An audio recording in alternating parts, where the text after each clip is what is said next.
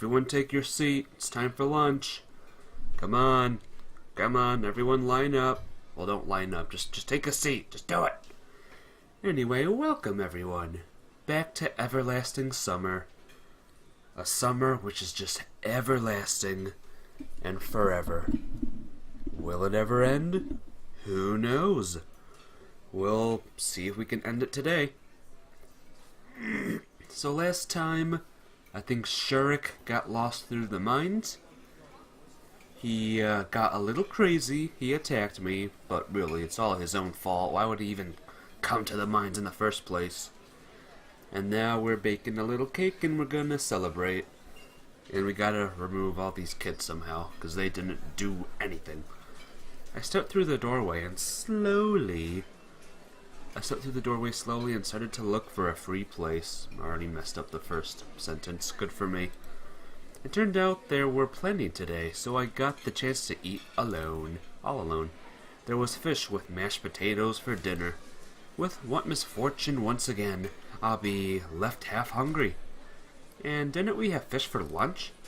Is it a fish-only day today? Good night. Going to bed. Having pushed my plate with my fried sea dweller away, I laid my head on my hands and closed my eyes. But soon somebody came up to the table. Hey, are you alright? I'm fine, I replied without changing my position. Just tired? Yeah, a little. That's bad. Slavia said it seriously. Of course. You remember that we are going for the hike after dinner, don't you? Have you prepared everything? I'm not recalling a hike. What? Where? I opened my eyes and lifted my head up instantly. Lena was standing by Slavia. The hike! She was surprised. Didn't you know? No.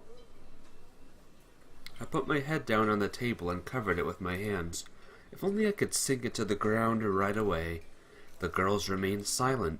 I was left alone with my thoughts for some time, and that was fine by me. Maybe I could have sat the way until the end of dinner time, but the strong voice of Olga was heard from the opposite end of canteen. Guys, to celebrate the miraculous rescue of our friend and comrade Shurik, we baked this cake for you all. Yay! I lifted my head idly and looked toward the camp leader, but she couldn't see anything beyond the pioneers' backs. Just a second, and nothing about me. Nothing about me rescuing Shurik or gathering the ingredients for the cake. And if that's how it ought to be, well, it would be wrong to expect anything else from our camp leader. Hey, Pringles and Bleach. Who names a child Olga? Well, her name's Ulyana. And this is a Russian game, so I guess a Russian person would name their daughter that. Also, welcome, Pringles and Bleach. How are you doing? Welcome to the stream. Hope you're having a marvelous day. Let's go, or we won't get our share. Slavia smiled. Let's go, Lena agreed. Yeah, sure. I got up reluctantly and tagged along behind the girls. As we approached the crowded pioneers, Olga was just putting the cake in the center of the table. It's like this word, Pringles. This word right here. Can you even read this word? Dmitrievna. You're good? That's good. I'm glad you're good this morning. Or noon, rather. And now... what the heck? The camp leader wasn't able to finish as Ulyana rushed out from the pioneer crowd and dived into the cake. She managed to nibble it a few times before she was pulled away. She was kicking and screaming. I stared blankly from the outside at all this drama. Alyssa smiling, Lena picking up some cream with her finger, all the furious pioneers around. I felt completely. You think you can? Nice. Good luck. I feel completely out of place here. I thought that if I close my eyes and now and open them again, here I am, back to the safety of my apartment in front of a computer. The cake was destroyed, and everyone was blamed, and they all got pioneer camp detention or something. I don't know. Don't worry about it, okay? I blinked, but nothing changed. Only the noise and confusion became sharper. Ulyana, that's the limit! I just... Well, in fact, behaving like this is a bit over the top even for her. Shurik broke into the conversation, or is it a court martial? Please, Olga, since the cake is celebrating my return, it's no big deal. Faculty is late. Well, he usually doesn't appear in the mornings. There's a different mod for mornings. But they're usually late too, sadly. He hesitated. It doesn't matter. The camp leader turned to Ulyana. And you. Today I'm going to punish you to the fullest extent, so you'll behave next time. Whatever. She snorted and turned back. You won't be going on the hike with us tonight. As if I wanted to. I was more than willing to switch places with Ulyana and skip the hike instead of her. But who knew? If I had have guessed beforehand, I'd have been the first one to go berserk and smash the damn cake.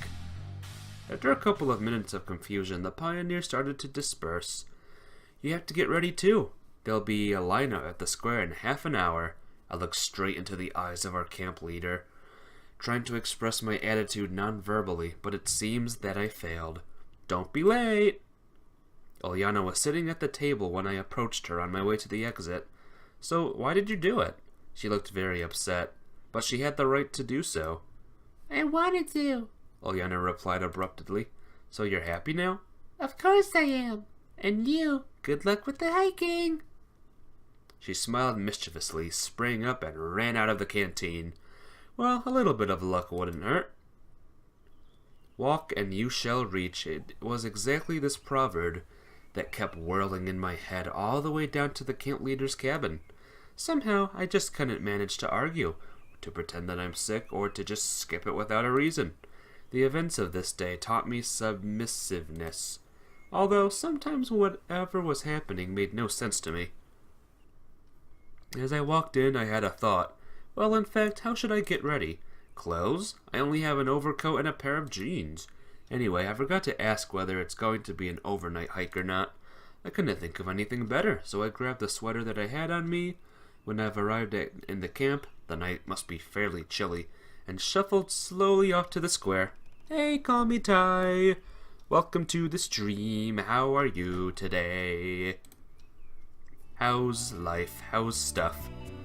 All the camp was already there, although it was about 10 minutes before the time Olga had designated. I settled down near the edge and waited patiently. Night was falling. If viewed from the outside, what a fairly comical picture we would make. A crowd of pioneers lined up out of a sheer habit, like they were awaiting a silent command from the bronze Genda. And all this happening in the scarlet rays of the sunset. And there he is, waving his hand and screaming, "Attack!"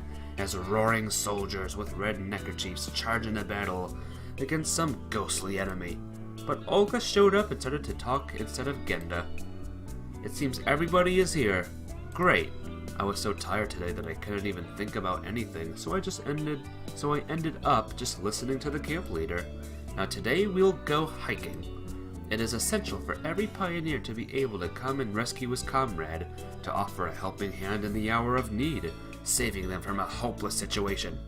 We have to learn to do all these things together. A whisper that ran through the pioneer crowd suggested that most probably this truly epic expedition would end in a clearing in the forest several hundred feet away from the square. Somehow I thought so too. We'll walk in pairs, so if you haven't chosen a partner for yourself yet, now's the time to do so. Pioneers quickly caught on to the idea and started to match in pairs. It looked like I was the only one without a partner. Slavia was enthusiastically discussing something with Olga. Lena was with Miku. Electronic was, of course, with Shurik. Well, it might not be a bad idea to go alone after all. Semyon! The voice of the camp leader pulled me out of my thoughts. I went up to her reluctantly. I see that you haven't found a partner. Seems like it. Then you'll join Xenia. She is alone too. I was struck with that special kind of despair that only a true loner can experience. So it appears that I'm left with the prickly librarian that I wouldn't risk spending a couple of hours with even if I was paid for it? Although we both seem to be in the same boat now. I slowly approached Xenia. Well, I guess we'll be going together. She looked up at me. Don't you even think that I'm glad, said Xenia seriously. Why on earth you should feel glad? Tch, I asked naively. Never mind. It would be much better if you just shut up. My goodness, guys. It couldn't get any better than this. She turned her back on me and followed the other pioneers. I still haven't seen any special reason to walk in pairs. Anyway, we were walking on the well-trodden forest hills, and it would be quite difficult to get lost here even if I wanted to. Moreover, while we were already been hiking for half an hour, we weren't rushing into the depths of the forest, trying to face all the dangers that could test our courage and harden our pioneer spirits. But instead we were just walking around in circles.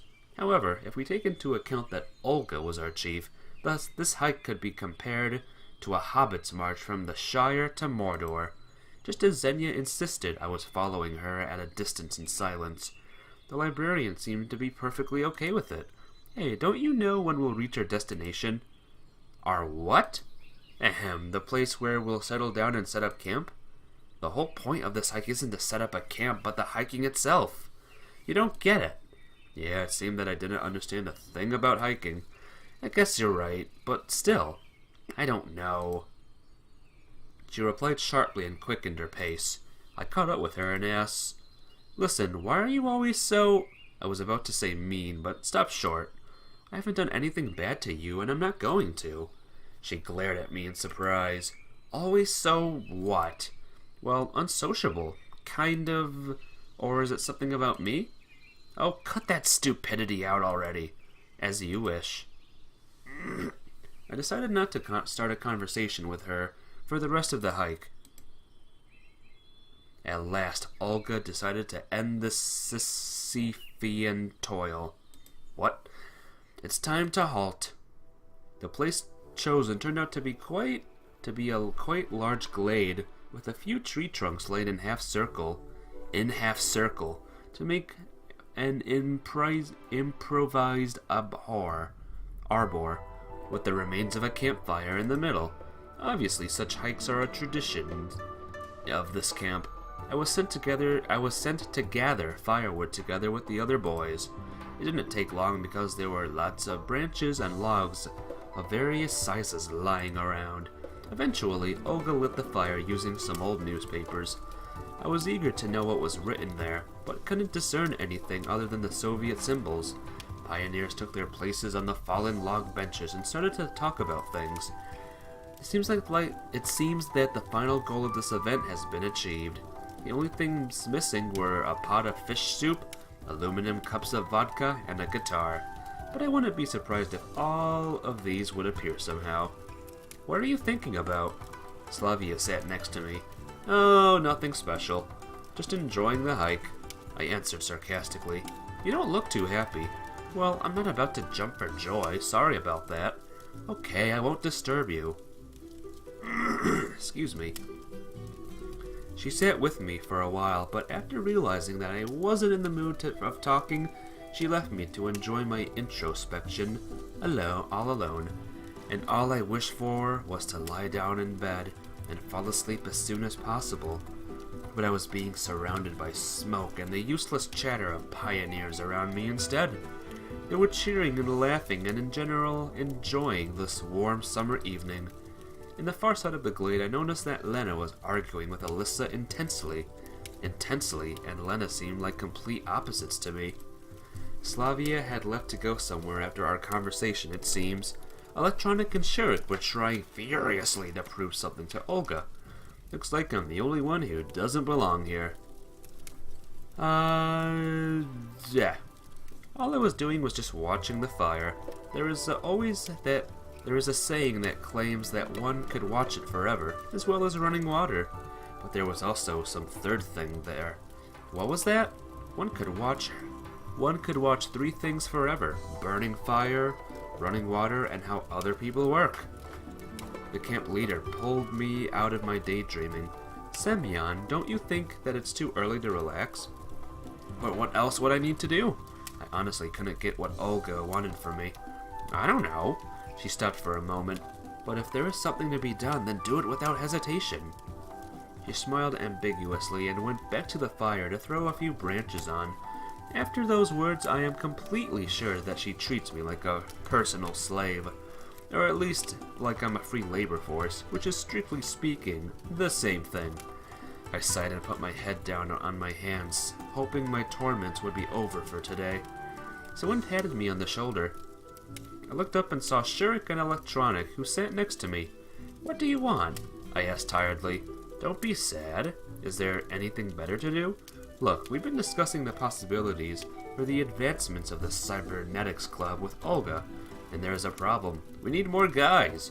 If you could..." He hesitated. "Advancement and those guys are incompatible with each other."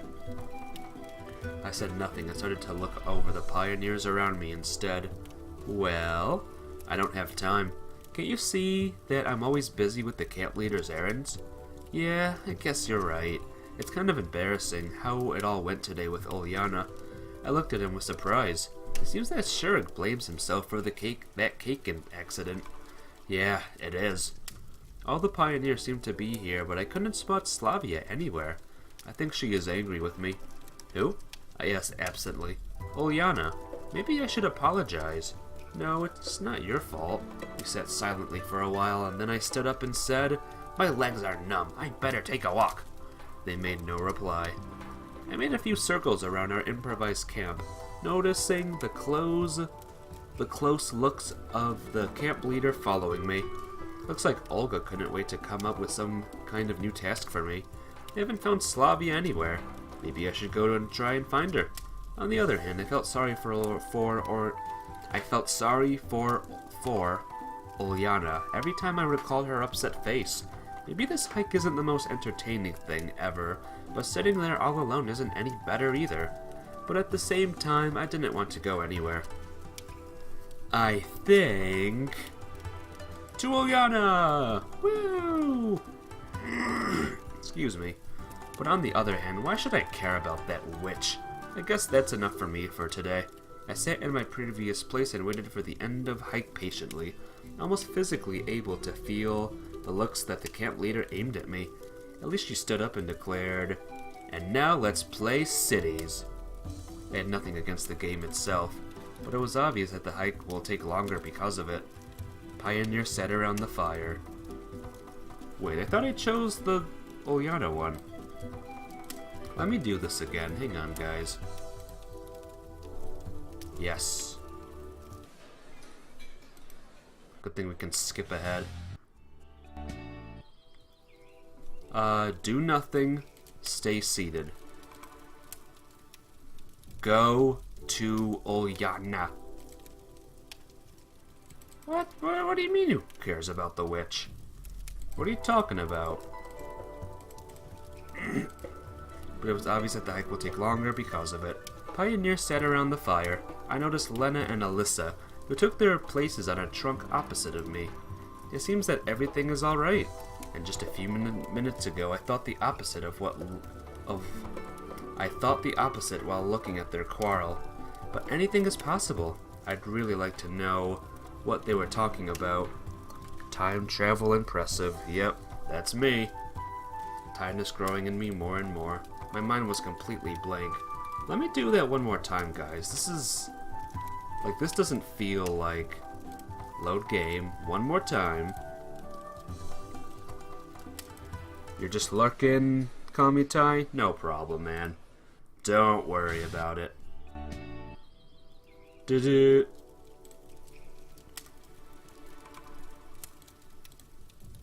Let me save here. No, stop. Save. Save. Save. Delete. Yeah, no, don't do that. Let's see what remain seated does. I guess that's enough for me today. I sat in my previous place and waited at the end of the hike patiently. Okay, so it's all the same choice, I think. No. No, no, no, no, no, no, no, no, no. Oh my gosh, guys, I'm messing up. This whole thing's going wrong. The whole stream is going crazy. Oh no. The chat room is going no, chat room's fine. Okay, go to Uliana. Why should I care about that witch? I guess that's enough for me today. Set my previous spot. Yeah. Everything was alright, and just a few minutes ago, I thought the opposite while looking at their quarrel. But anything is possible. I'd really like to know what they were talking about, but it's impossible now, and I could feel the tiredness growing in me more and more. My mind was completely blank. To be precise, my head was so heavy that there was no place for ideas to unfold. While in my better times, my brain appeared to be a wide highway with millions of thoughts running by, chasing one another and causing major crashes. Now it was more like a footpath lost in the woods, which is used rarely and only in exceptional cases. Slavia didn't come back. Maybe she had something to do? But once again, there's no way to find out now. Okay, let's start. Moscow! You'll notice that you're steadily growing in viewers for each stream. Yeah, I slowly am. It's finally happening. The slow uphill battle is working. It's working for me, guys. People are chatting. It's awesome. Moscow! Pioneer started to name cities. Finally, it was my turn. I tried to listen closely to catch the first letter of the city I'll have to use. Arkhangelsk. We played several rounds. Each new city name made it harder to remember everything that was mentioned before. My attention was dissipating, and I had already lost in all these capitals, megalopolises, villages, and urban settlements. Semyon, it's your turn! Olga brought me back to reality. Oh, excuse me, and what was the last one? You're daydreaming again. It was Sevastopol. Okay, then I'll say London. Already used. Well then, it got me thinking. There were tons of cities in the world starting with L, but it was hard to remember even one of them now. Okay, everyone in chat, name a city or something or state or whatever that starts with L right now. Liverpool? Already there. Los Angeles? Ah, finally. She gave me a scornful look, but the game went on. I could hardly bear to think of another city starting with L, but fortunately it was the last round. Okay, that's enough for today. It's already late. Time to go back. I sighed with relief.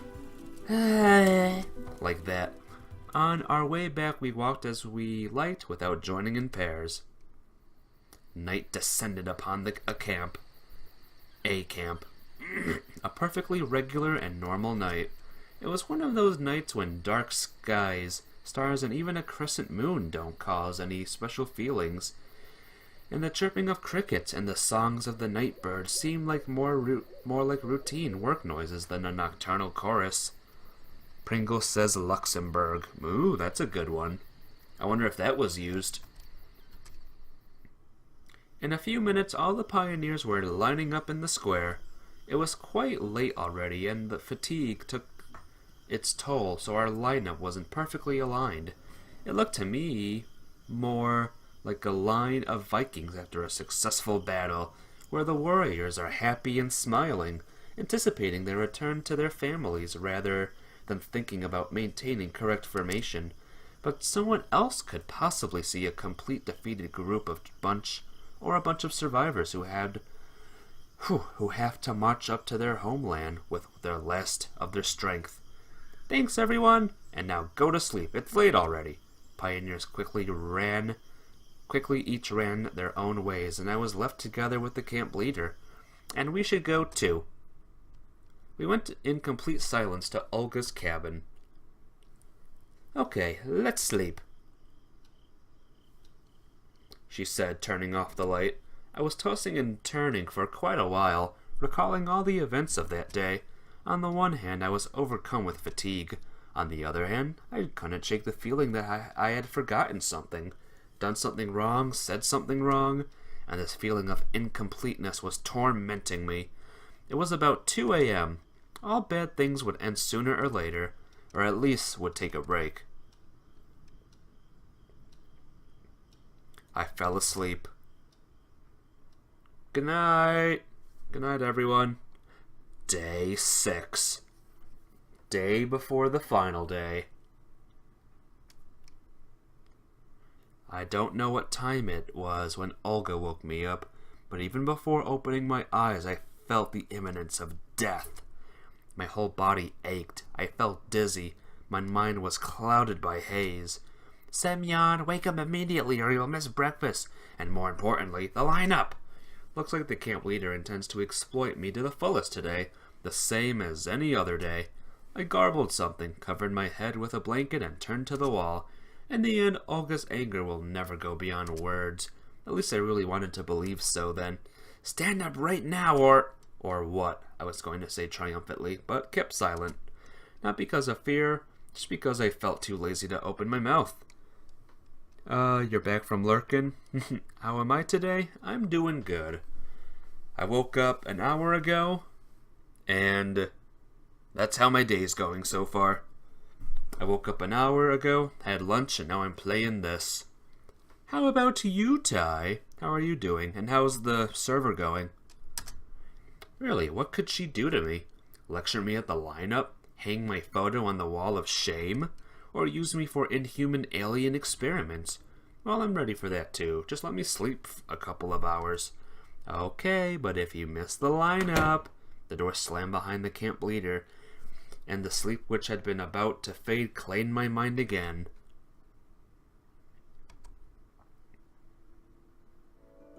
I woke up dazzled by sunlight.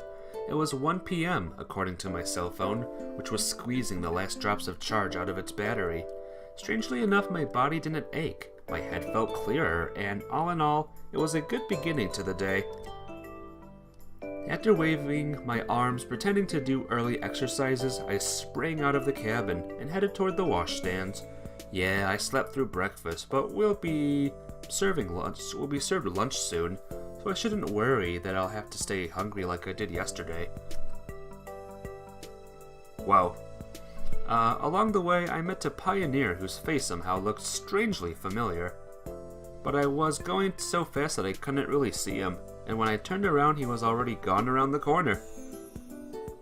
There was nobody near the washstands. Everyone is probably busy with Olga's task and God knows what else.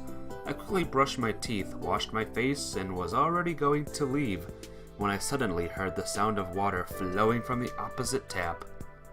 A pioneer leaned against a washstand. Over there. I couldn't see his face, but judging by his figure, he looked like the one I saw a couple of minutes ago. How are you doing? The sun's so bright today. I looked up into the sky, shielding my eyes with my palm. Yeah, nothing special. It wasn't easy to get a better look at the pioneer, given the way he stood, the bright sunlight that reflected from the water and shiny metal surfaces of the washstands heavily obscured his face, and I wasn't able to distinguish any single features. What server? My Pixelmon server. The camp leader is angry today. So angry. His voice sounded painfully familiar too. Well, she's always like that. Server's okay, mainly because of school. Aww. Haven't been able to play much because of school. That's fine. I should be back with the server soon. It's just this game, you know, it's good. It's fun. Well, Am I live again? Live? Alive? Am I live? I'm live, right? I'm live. Why, guys? Why is my internet being so bad now? Alright, welcome back. Thank you, call me Ty. For a second I thought of following him, stopping him, but I quickly fought it off as I decided that it's not worth spoiling such a great morning with suspicious and burdensome speculations. Nature was glowing with the bright side of life, light of life. Lush tree tops were rhythmically swaying in the wind, whispering to each other. The breeze gently stroked the high emerald grass. Maybe you got your internet provider? Oh, gods. I take it your internet provider is bad? Like it's bad? Birds were cooing in the shade, coo!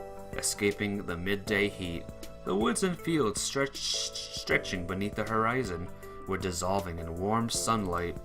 I don't know which month it is now, but it looks like midsummer. You have AT&T? I don't even know what service I have. I distinctly remember the summer vacations of my childhood and youth, times of fun leisure and carefree joy. Childhood games, how many there were. I wouldn't say no to playing war games or hide and seek now, or swinging on a bungee. It's not bad, it's just down from time to time. Maybe it's just the new year. Like, new year, new set of problems or something. Or maybe building a sandcastle and inhabiting it with toy soldiers, ready to defend their master to the last drop of their plastic blood. So, I think, unfortunately, I've left the Ulyana route, and I'm on the Semyon route, because I kind of messed up a section. So let me get my guide out really quick. I don't want to mess up the Semyon route now.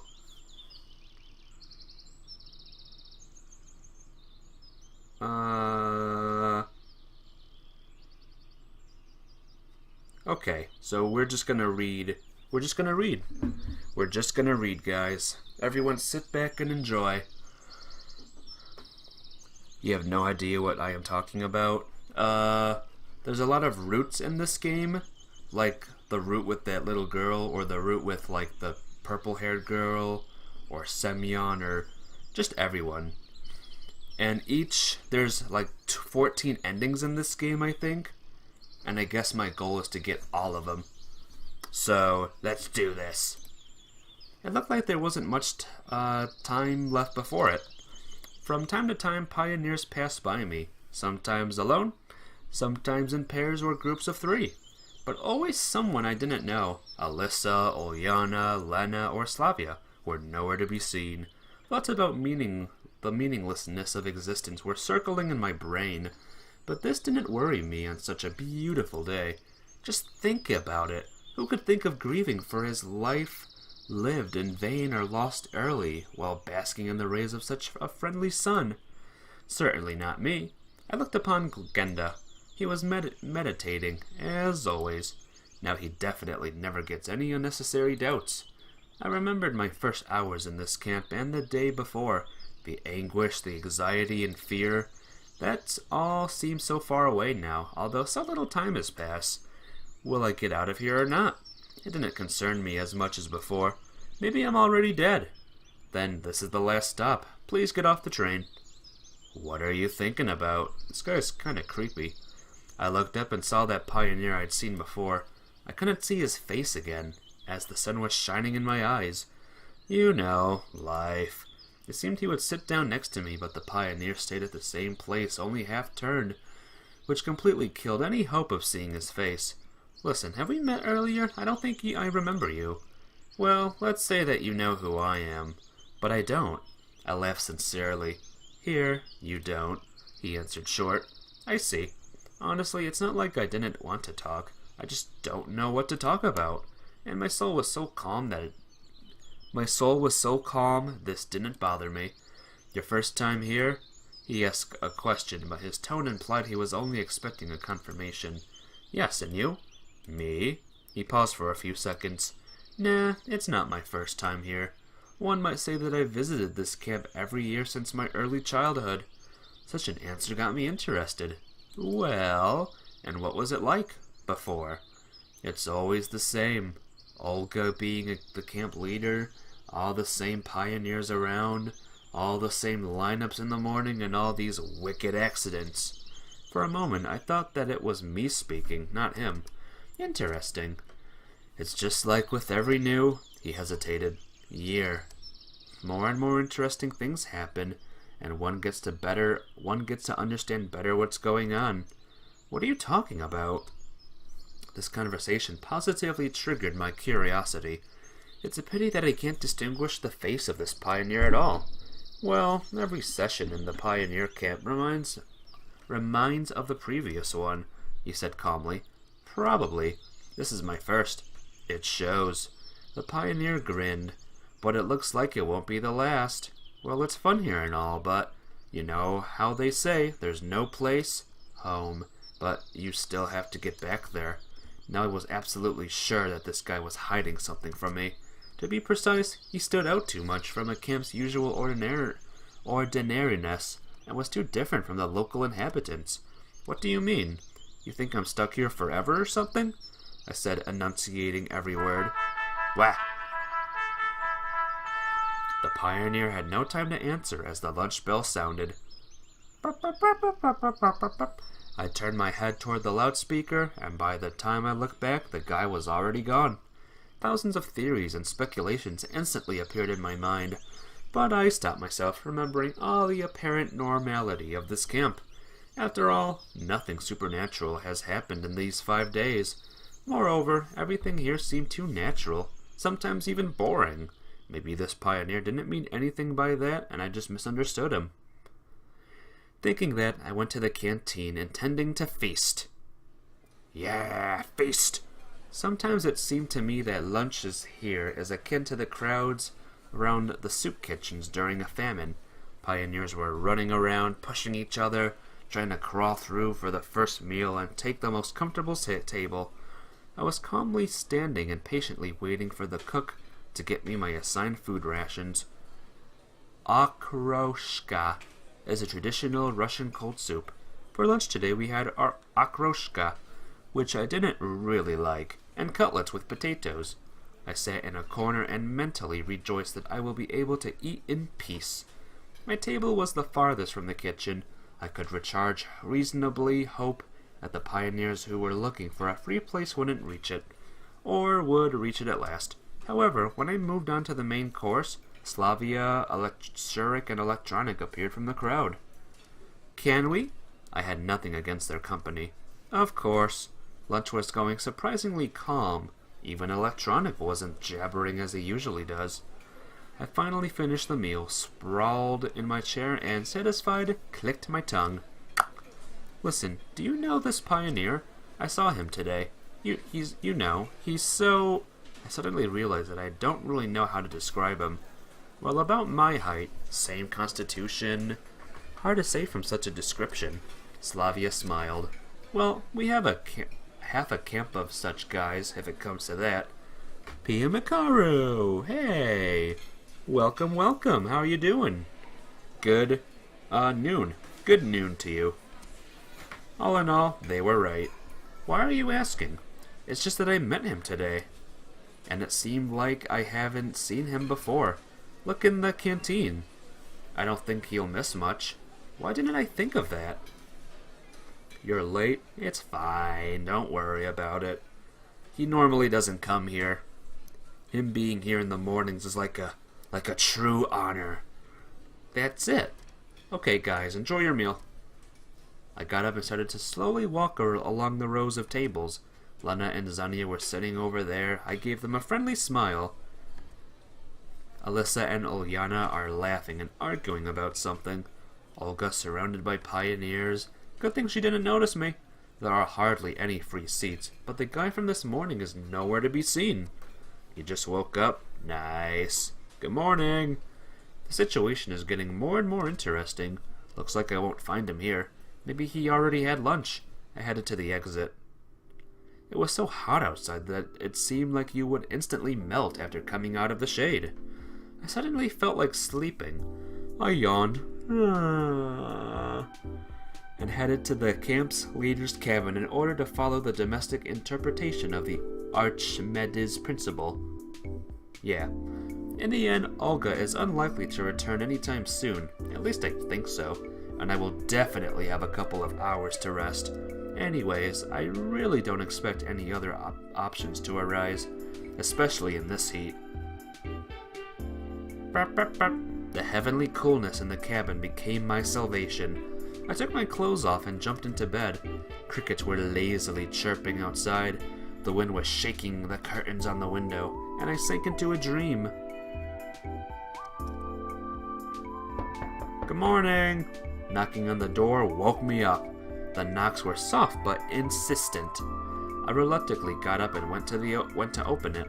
Strangely, there was nobody on the doorstep. I rubbed my eyes and stepped out to look around. All the same, no one around. A dream, maybe? It was already 4 o'clock. I felt jaded. I probably shouldn't have slept in the afternoon. After all, I knew what was going to happen. put on my boots, left the cabin, and locked the door. But where shall I go? All in all, there is not much till dinner. A sudden thought came to me that it would be nice to refresh myself, so I went toward the beach. The beach. The sun had passed the midday mark a while ago. It gets dark early here in the south.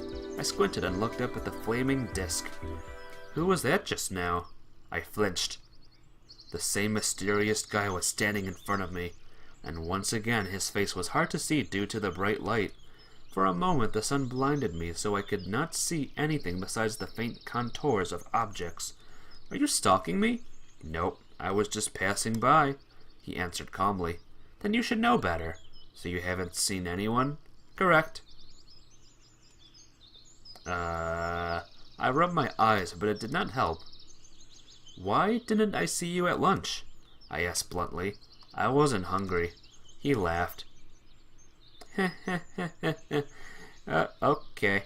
I blinked a few times and my vision came back, but the pioneer had miraculously disappeared once again. What the hell is going on here? Now I was absolutely sure that there was something strange about that guy. He must be directly related to everything happening around here. I will have to find out. But for starters, it's good to confirm that I am not mistaken, that he is not just a local pioneer. It was quite crowded at the beach. It looked like everyone from the camp was here. Well, no wonder, it's so hot outside. Olga was standing just a bit further apart from everyone, keeping an eye on her army of pioneers. As soon as I thought that coming here might not have been the best idea, she noticed me. Hey, Semyon! You weren't at the lineup, and in general, you were just lounging around all day. I did not know how to answer. And just how are you planning on becoming a proper pioneer? She continued more softly. Olga Dmih in the camp. Is there a pioneer who looks a lot like me? She looked surprised. Maybe, I don't know. Why do you ask? Oh, I am just curious. Don't think this is the Ulyana route? No, it's not the Ulyana route anymore. I wish it was, but I messed up somewhere, I guess. Also, welcome, MTZ Gamer. Welcome to the stream. How are you today? Well, we have a lot of boys here. Alright, never mind. Someone's yell came from the riverside and Olga rushed in its direction. Well, it looks like I will be spared a lecture. I lowered myself onto the sand and stared at the pioneers playing in the water. After a few minutes of sitting there, Ulyana approached me. Why so sad? I'm not sad. Well, why are you here sitting all alone? Just thinking. About what? I decided to spare her my story about the mysterious pioneer. Well, imagine that you were chatting with a weird person, and you have to figure out what exactly is so weird about them. Simple. I would just ask them. She laughed. Too simple. But he won't answer. How do you know? Have you tried asking? No, but it's obvious. Ulyana did not answer. Just sat down next to me and let out a tired sigh. I'm all swimmed out. And what if they know something but won't tell you? Make them. But how? For a bit longer we sat together talking about random things, and then I got up and said goodbye and went away. It's time to find the mysterious stranger and get all the answers. All the answers! The first place to visit was the bus stop. After all, this is where it all began. The road was empty as always. Only small dust tornadoes were occasionally visible on it. Dust tornadoes, huh? I was ready to turn around and go back to the camp, but then I heard someone whisper, "Don't trust him." Uh-oh. Someone was hiding behind the monument. A pioneer was sitting there with his back turned to me. And once again, the voice seemed strangely familiar. Who are you? I took a few steps toward him. Stop. Don't come any closer. For some reason, I froze in my tracks. From somewhere deep inside, an assurance came to me, and I understood that I shouldn't argue with him. All right, I'll stay here. Have you seen him? Talk to him? He asked nervously. Who are you even talking about? He was dressed in a pioneer uniform. You know who. And I definitely didn't know. He was talking about the weird pioneer I saw earlier. Yes, I answered after a few moments of silence. What did he tell you? The pioneer asked in a pleading tone. Nothing really. Did he give you advice? Did he tell you what to do? Threaten you? No, nothing like that. Of course, he seemed pretty weird, but nothing more than that. Remember, he may not be alone, or more likely, he is alone, but you may meet many pioneers here who look like him. And what about you? Who are you? Who are you hiding from? You will understand. In time. Just remember, the most important thing is to find the exit. All of a sudden, a strong gust of wind came through, ripping leaves from the trees and throwing an old paper bag into my face. Shielding myself, I averted my eyes. What's going on, guys? When I looked back at the monument, the pioneer was already gone. At that moment, I was overwhelmed by fear. Real, almost tangible fear. I remember being scared during my first hours at this camp. But back then, everything around me seemed kind and friendly. Now Savanynak revealed its fangs, getting ready to eat me. And again, the unknown. My body was covered in goosebumps. My throat was dry and my hands were shaking. I tried to ignore it all and headed back to camp. It was already dinner time, but I had no desire to go to the canteen. After meeting the second, this ending is strange but not scary. You got it. I am ready for a strange and not scary ending. Mysterious pioneer. Just thinking about the locals made me, if not afraid, then at least creeped out. I don't even know who or what they all are. And even though nothing had happened yet, it does not mean I can trust them. I stopped in front of the clubhouse, but then realized that this is not the best spot to be at. I could run into someone, which was not something I wanted to do at the moment. Almost running, I hurried toward the forest and walked a few meters along the path before finally stopping. On one side, the mysterious pioneer. Well, two of them to be precise. On the other, all the other inhabitants of this camp, who seemed absolutely normal. Either way, my decision to stand back and let everything resolve itself, was under some serious pressure. At this point, it was clear to me I had to do something on my own. But what exactly? Everyone is probably having dinner, so I have a good chance to make it to Olga's place without being noticed. I decided to first take my clothes that I wore when I arrived here, along with my cell phone. I won't be able to come up with a solid plan right off the bat, so for the time being, I might as well hide in the forest. I leapt up the steps and entered the building. My clothes were right where I left them, and my phone was where it was supposed to be, under my pillow. I quickly grabbed it and was ready to stuff it into my pocket, but then I noticed something on the screen. The message window was open. The text read, "You're wrong, Semyon. You are so wrong." It felt like my soul had left my body. I froze on the spot. I was shaking and my blood was pumping so hard, it felt like my skull was going to burst open from the pressure. It took at least a full minute of me to come back to my senses. Back to lurking, Ty? No problem, friend. No problem. Olga could have typed in the message, or one of the pioneers. It's easy to figure out how to do it, even if they are not familiar with this technology. But no one besides me should know where I keep the phone. This event was the straw that broke the camel's back. Click. I rushed out of the house, determined to never come back here. Whoa.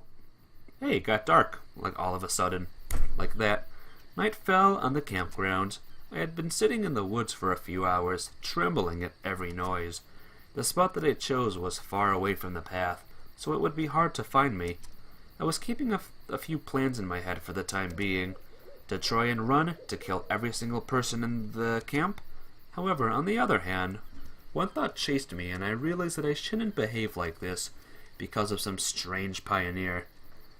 If you want to play the weirdest Pokemon ever, Pokemon Whack, you have no idea if it's actually good, because you've never played it, but the start is already amazing. Interesting. How do I get to it? Like, what is it? Or even because of that message on the phone. All of this was reinforcing the thought that everything happening here was far from normal. However, there was no proof that anyone in the camp had anything to do with it. I could have stayed here until morning. Search it on Google, it's a fan game. I gotcha, Ty. lost in my own thoughts, but I heard footsteps coming from somewhere nearby. So you decided to escape after all. I turned around but couldn't see the pioneer's face in the dark. Nevertheless, I was pretty sure that it was him. I wasn't afraid then. Rathalos is a Pokemon? Who would have seen that coming? I can be an Apache helicopter. That's a very strange game. More precisely, I was so physically exhausted that I was prepared for any possible course of events, and somehow managed to reason approximately and to maintain the conversation. I wouldn't call this an escape, I answered slowly, stretching every word. Huh? Then what is it? A tactical retreat. Brilliant. Oh, I don't like that face. He burst into laughter. Listen, why don't you tell me what's going on? Who are you and what do you want from me? What did that guy tell you at the gate? It seemed that he didn't even hear my question. He told me not to trust you. I lied. But on the other hand, I thought that it was what he meant. Well, there's always the way for him. Running away, hiding. I could hear irritation in his voice. I am not sure what kind of circus you are running here, but I'm not going to be a part of it. Oh, why not? You're the star after all. I couldn't see his face, but I bet he was smiling. Explain my part to me then. You know, I was like you in the beginning. Whole cow is your favorite pokey? Holy cow. Very nice. The first time, everything went peacefully. Then I escaped. I tried to understand what was going on, got mad, and even tortured them to get the truth. He laughed crazily. I shivered. But it was pointless. Continued the pioneer after calming down a bit. Pointless. And then I began to notice the lapses. At first I just heard their voices from a distance and sometimes in my head. Then vague silhouettes appeared. Then they slowly took on physical form. And finally they stepped into my world. I could touch them, introduce them to other pioneers. How many routes did I complete? Kuresoro? I have completed no routes right now. This is my first route, my first playthrough. Also, welcome to the stream. How are you today? And they all were different. Different, do you get it? Different! He started shouting, and it recurred again and again. You get used to the loops, but then I learned how to get into their worlds by myself, to interact with the others. But it turned out that I'm not alone. There are lots of us. Today you saw at least one more. He fell silent. I didn't know what question to ask and didn't want to interrupt the story, so I simply waited. After a minute, he continued. It's not that simple, of course, and it's not always possible. Only under certain circumstances. When you feel strong emotions, for example. I instantly remembered how I saw him the first time, the time when I didn't feel any emotions at all, including the moments when you feel happy, as if he was reading my thoughts. I see. Welcome to the club? Well, thank you. I'm very much enjoying this game. It's getting a little scary. This guy's creeping me out a little bit. So, you're trying to say that there are several parallel worlds, including the same camp, with its inhabitants, where I am replaced by you? Or that guy I met at the bus stop? Yeah, something like that. His answer didn't surprise me at all. In the end, it's clear that whatever happens here is beyond the limits of human understanding, and this theory didn't seem all that unusual. But you've said that everything reoccurs. Yes, it recurs. And what will happen? Afterwards, you'll start from the very beginning. You'll wake in the bus, come to the camp, meet Olga, the girls, electronic. You have no idea what's going on, but hearing Ulti's voice is all you need. Oh my gosh. Thank you for the follow, Kuresoro. Oh my gosh, thank you so much. Hope you enjoy your stay here. But if it happens to you, then why should it happen to me as well? It happens to everyone. Once again, he laughed hysterically. I'm not a hysteric person. Mikuro will be more interesting for ya. Jump scares? Oh god. Alright, I'm ready for Miku's route. Let's do it. I'm ready. And how many loops have you experienced so far? I stopped counting them already. At first I tried to remember them, though. Maybe a few hundred. No wonder. It was very clear to me that this guy was suffering from a progressing mental dysfunction. But you searched for a way out, didn't you? He didn't answer. That's what that guy at the bus stop was talking about. Because he understands nothing, damn it, he shouted. Because he's just like you, constantly running away, hiding. What would you suggest then? If I had any suggestions, I wouldn't be standing here talking to you. Alright, but you were trying, weren't you? Are you trying to understand what I know, since I've been around here for a long time? He asked cheerfully. Well, that's evident. Yes, I did try to run away from here. There, he waved toward the forest, is nothing there. Nothing but trees. When I had been walking there for several days and finally passed out, I found myself in the bus again. Same for walking along the road. It's endless. Talking to somebody about that is pointless. You probably already understood that by yourself. I did. I interjected. Even if you try to explain your situation directly. Yeah, definitely try not to spoil, but that's alright. You're good. You cool, my dude. My dude. At best, you'd just be considered an idiot. What if you tried to not leave the bus? It's pointless. Sooner or later, you'll be found. I even tried to spend the entire time there. In the end, I fell asleep, and everything started from the beginning. And what if you start by yourself and leave? No keys. No keys, and I don't have any carjacking skills. A cursed cycle. Exactly. A long silence fell. Finally, I asked, and what about the people around here? Don't they raise absolutely reasonable suspicions? Suspicions? Laughter again. The only thing that is suspicious about them is that no matter how much you tell them, they stare at you with their eyes out on stalks. The people. I feared them at first too. Then I used them for different experiments. And now I don't consider them humans. They're all dolls, puppets. You could easily predict any reaction, any word or action. Just can't wait for me to complete the Miku route. Alright. I'm gonna do the Ilyana route properly next time, and then the Miku route.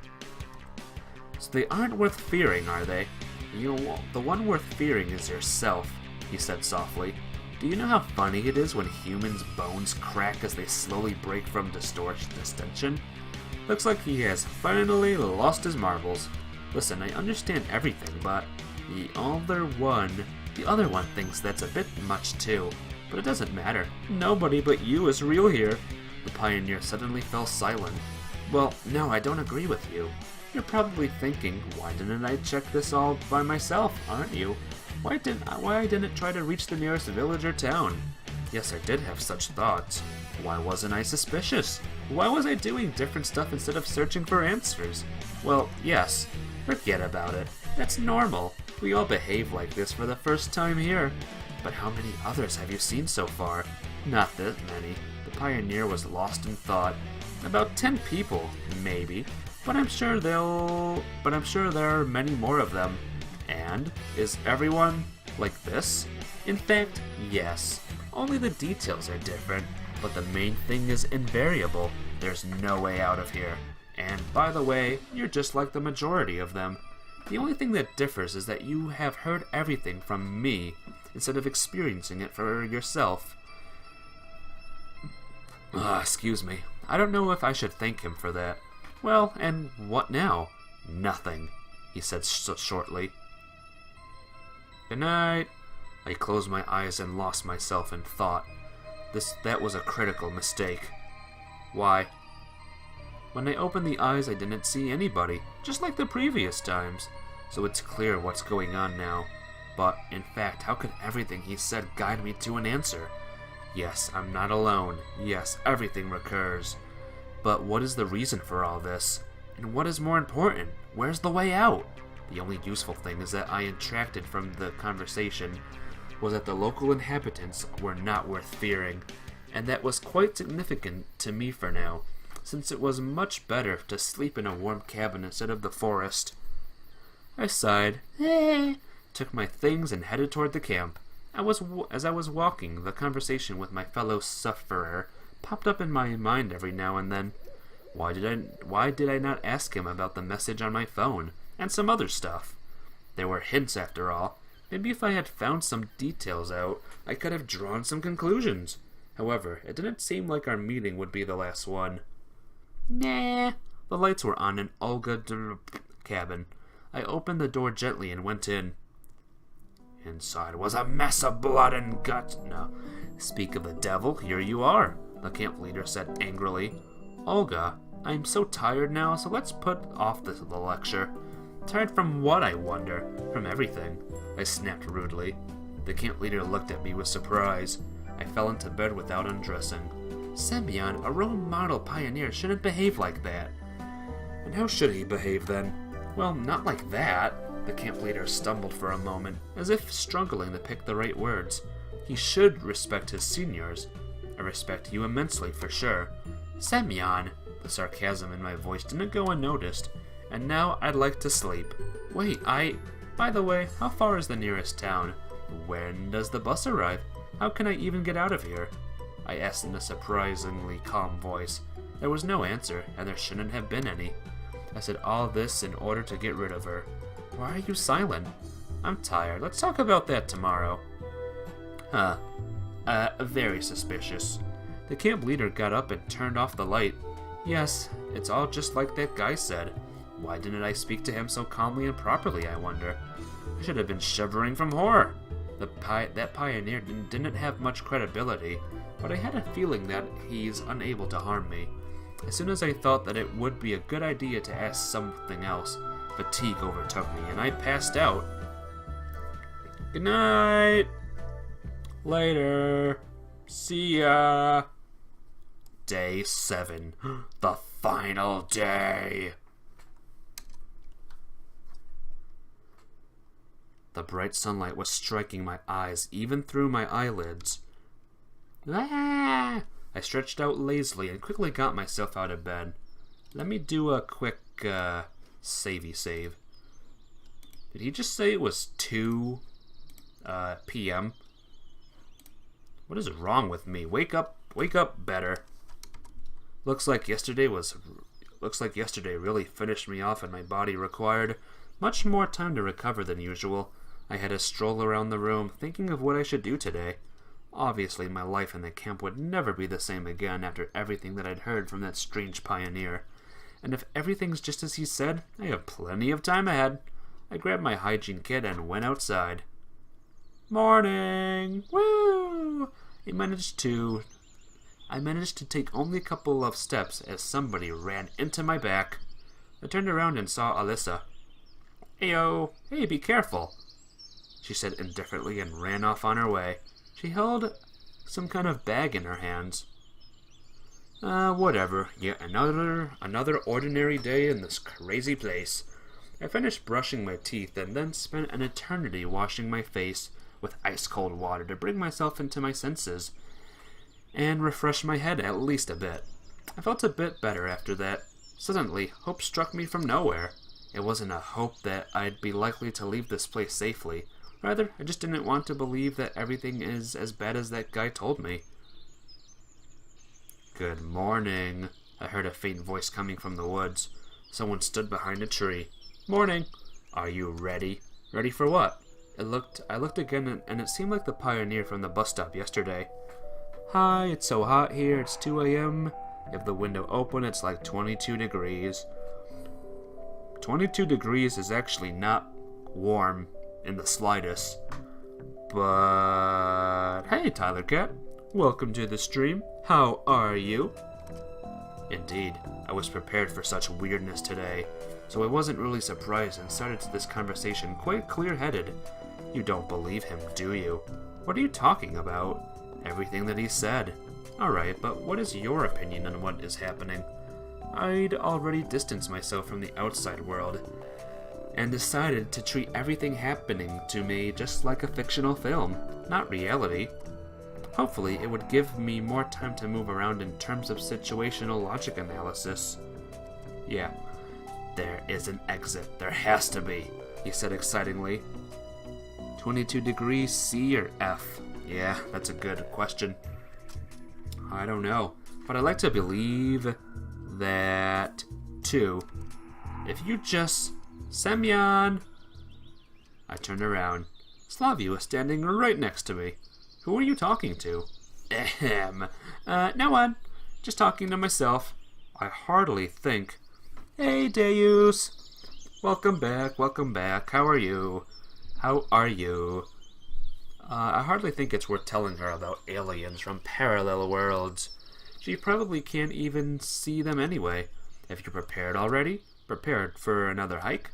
No. Today's the last day of the session. What? A stupid smile settled on my face. There will be a bus this evening. We're leaving. Holy cow. I was ready for this. I was ready for even the most incredible of twists, but... Was this what that mysterious pioneer was talking about? Probably it was. Well, apparently I'll have to go for a second lap and live yet another week in this camp. But this time I know everything. I haven't packed yet. It's not like I have much to pack anyway. Okay. Slavia shifted her gaze. Seems like she wanted to say something, but hesitated. Well, see you then. Yeah. I had to ask when we're leaving at least. I went to the square with the intention of discovering that there's got to be someone I know there. But believe it or not, there was only Genda waiting for me at the square. Probably all the pioneers are busy with packing. I took a seat on a bench and just stared at the sky. It turns out that today I just have to wait for the departure, pass out on the bus, and wake up in this camp again, just like the first day. Everything was drowned in silence. Just talking to myself, Semyon. Yep, pretty much. It's exactly that time of a summer day when the sun seems stuck in the sky. The birds and crickets have gone for an after-lunch doze, and the wind is saving its energy to deliver long-awaited coolness to people in the evening. It suddenly crossed my mind that I haven't just missed lunch, but I haven't had any breakfast either. It was ridiculous to search for anything in the canteen. The pioneers had surely cleaned up everything just before the departure. I scratched my head and made my way to Olga Dibibib's cabin. Surely there must be something edible in the table's drawer. Someone called for me just as I approached the door. Ayo! Shurik and Electronic swiftly approached the cabin. Are you already packed up? Already packed up, I answered, imitating him. You haven't quite been yourself the last few days. What makes you say that? How should I know? You'd know better. I mean, why are you concerned? No reason. A real pioneer always treats a comrade's problems as his own. I cast a skeptical look at him. Thanks for your concern. I'm fine. There actually was a loaf of stale bread and a piece of smoked sausage in the drawer. I've ate everything with deliberate pleasure. Read the fanfic to Everlasting Summer for 16 hours without a break. You did? Or are you telling me to? Because if you're telling me to, I'm good. And if you did it, then wow. Amazing, Deus. Washing it down with smelly water that Olga probably used to water the plants. Knock, knock, knock, knock, knock. Just as I finished, someone started knocking on the door. Come in! Ulyana rushed into the room. Oh, it's just you, she said disappointedly. And who did you expect to see? A circus complete with bears? Oh my god, that knock. What? The knock or me? Scared the heck out of you? Oh, Pia Mikaru. Ulyana giggled. Where's Olga? Don't know. I shrugged. Why not? I don't know, because I don't know. What do you want from her anyway? Got to ask something before the departure. Excuse me. Okay, I'll tell her that you were searching for her if I see her. By the way, why aren't you packing up? Like I have much to pack. Well, see you. Excuse me again. She cracked a sly smile and bounded out of the cabin, slamming the door behind her. And still, it's really strange that nobody seems to be puzzled by the sudden departure. And why am I the only one who was not expecting it? Like everyone really cares if I've packed my things up? As well as that, doesn't anybody care that this is the last time we're seeing each other? The words of that guy in the forest yesterday, all about all the camp's tenets being unreal, suddenly sprang into my mind. Well, right now I'm more ready to believe it than ever. The desk drawer where I found my breakfast contained lots of odds and ends. I grabbed a pencil and a piece of paper, examined your Eliana voice. Yeah, that's my little girl voice. Trained after many years of training. Yeah, that's a sentence, right? Examined them for some time and slipped them into my pocket, just in case. I had no intention of watching over all the pioneers running around and packing, so I just lay on my bed and didn't even notice how I dozed off. Dazed off. Dozed off? I don't know. You're bad to think, do not even understand the words that you say. Even 4 times you fell asleep while reading. Aww. You fell asleep 4 times. Like while you read? You think keyboard broke? Yeah, it did. It was somebody's voice that woke me up. Demon! Nope. Oh, okay, it's that guy. A familiar pioneer was sitting directly opposite, with his back to me. I've gotten used to him a bit since yesterday, and it even seemed like I stopped fearing him. Hey, why do you always hide your face? Because you shouldn't see it. If you say so. I wasn't in a position to argue. So what are you going to reveal this time? You already know that it's the last day of a session, don't you? By the way, do your chat members are you guys enjoying the stream? Like what? This guy knows! Yep, and you've already spoken with that one. Yep. So what did he tell you? Nothing special. He said that there's an exit out of here. The pioneer burst into laughter. Yeah, I believe that too. Ages ago. And now? And what is now? Now I have my past, my life back then. He stopped talking for some time. Anyway, it all was a long while ago, so I don't really remember. The future is all the same. Loops, loops, loops, repetitions of the same story. Where is this now? Well, I hate to say it, but I'm not yet as lost in time as you are. Oh, that's nothing. That'll come with time. He broke into diabolic laughter. There's just one thing I don't understand. What's your reason for coming to me? What do you expect to achieve? Me? Nothing, really. So why did you come then? It's just because you, him, and others like us are the only real people around here. Given everything he said to me already, I just wasn't really ready to believe that all the local tenants are just puppets in some kind of hellish stage play. Are you sure that you're right? Right about what? Well, that you're right about everything. I can't be right or wrong. I didn't choose this world. I didn't throw myself into it. I'm just here, and you're just here. Listen, I've already got a headache from your philosophizing. I was kind of puzzled myself as to why I was so calm about talking to this mysterious pioneer. Well, here it is, right in front of me. All the fantasy and devilry that's happening in this camp. Here it is, an explanation, or at least a partial one, for how I got here. Here they are, the answers I've searched for such a long time. On the other hand, my behavior was quite logical. While I couldn't quite explain what was happening, this cuckoo guy just talked and talked. But it's not like his words changed anything. We're downloading a Pokefan game, Pokemon Infinite Fusion. Sounds fun, Tyler Cat. I bet you'll enjoy that. Then what's the point of listening to him? Oh no, you will soon understand everything yourself. Somebody was knocking at the door. I got up to open it. It was Slavia on the doorstep. You came to see Olga? No. Come on, come in then. Phantomus is beautiful as always. Phantomus? Who's that?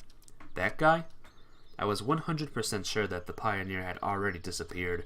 Turns out I was right. Slavia took a seat on the bed, and I snuggled against the wardrobe on the far corner of the room. He was distinctively nervous. Did something happen? Not really. It's just today's the last day. Well, I'm already aware. Better late than never. Well, so I thought. I mean, we probably won't see each other ever again. It's a small world, as they say. But maybe you would give me your address to write letters. I would have if I only knew it myself. Left poster? Oh, that guy. Yes, he's beautiful. A beautiful, bald guy. You know, let's do it the other way around. You give me your address, I'll definitely write to you upon arrival. But why don't you want to give out yours? Well, you were just about to move, so you never know. It's better if I write to you. I tried to put on my cutest smile to make my story look more credible. Okay, it's fine then. Slavia got up and seemed to be leaving. Hey, wait, what about the address? Let's do it later. An expression of sorrow and disappointment crossed her face. I just shut the door, and right then heard the spiteful voice of the pioneer from behind. Well, happy now? You've hurt a girl. What have I hurt her with? What should I have said to her? My dear, write to my dear granny in the village? Or should I have left her the address of a house that probably is not even built yet? So what? I am not my brother's keeper. It's your world, not mine. I'll manage somehow in my own. That last phrase really made me squirm. You know what? I didn't manage to finish the phrase. Someone was knocking on the door again. Come in. Ulyana flew into the cabin. Why the rush, milady? I made an excessive showy bow. Me? I'm just... Her eyes darted around cautiously, and her cheeks were blushed. Spooky music and the knock again. Pia Mikaru confirmed to be scared of knocks. Just wanted to say goodbye. There will be a time for that anyway. After all, we're all going on the same bus. Yeah, you're right, but it's kind of embarrassing in front of everybody. Oh, so there is something that you can be embarrassed by? I laughed. She pouted. I just wanted to tell you that you aren't a douche. Really. In fact, you're almost a cool guy. Her words astonished me. Well, thanks. You're good to hang out with, too. Well, that's that. She rushed outside, slamming the door loudly. Hey, didn't expect that from her. Did you? I got nothing to do with that, I told you. The knock is so realistic you turn your door to see if someone's there. Oh, is it? It really looks like you knew what she will say. Maybe I did.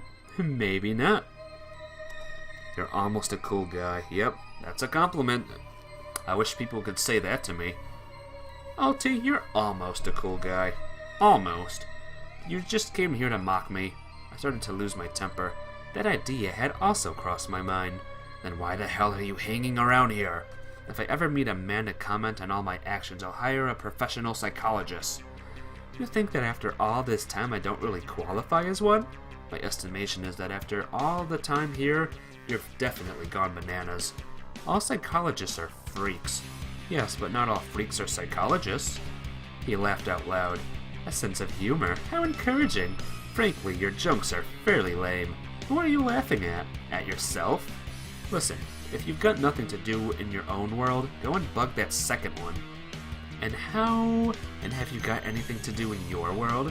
The pioneer sharply countered. You know, I'll find out what to do. I'll pack up my things, leave this camp, and then what? Then what? Like I know. I've never been in such a situation before, believe it or not. It's just that you've forgotten that you won't be able to leave the camp. Yeah, he was right on this matter. Probably. Just because you failed to do so doesn't mean that I will fail too. You're the boss. Oh my god, there was a knock! Ah! There was a knocking at the door. So quiet that I barely heard it. Damn, who else is it? Hissed under my breath and shouted, Come in! But the door didn't open. So I pulled the handle myself. Lena was on the doorstep. She's like, I'm scared.